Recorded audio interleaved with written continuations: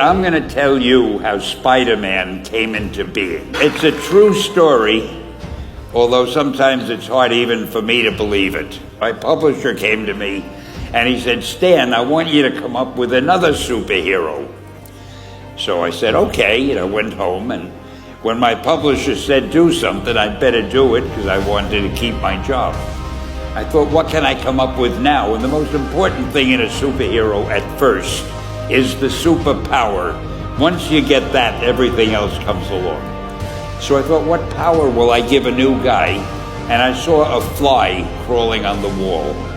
And I said, hey, if I could get a superhero that could stick to walls and crawl on them, man, that would be cool. So I thought that was good. Now I needed a name. So I said, well, let's see, Fly Man, Mosquito Man. I got down to Spider-Man.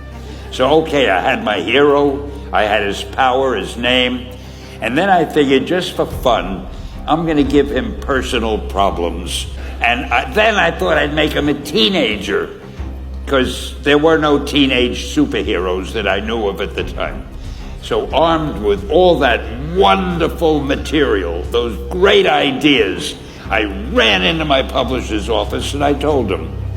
This was my reaction, the reaction he gave me.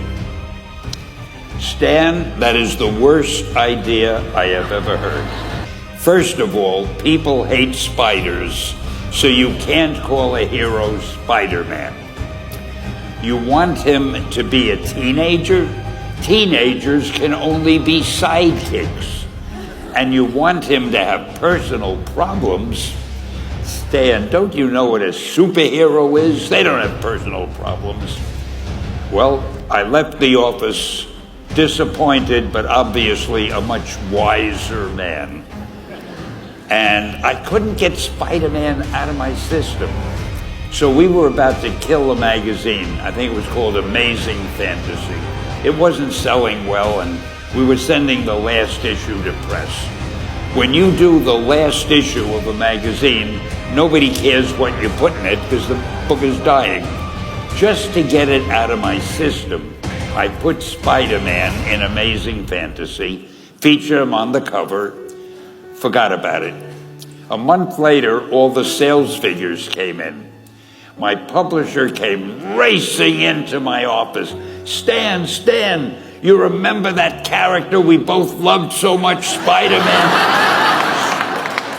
He said, let's do him as a series.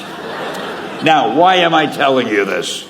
If you have an idea that you genuinely think is good, don't let some idiot talk you out of it.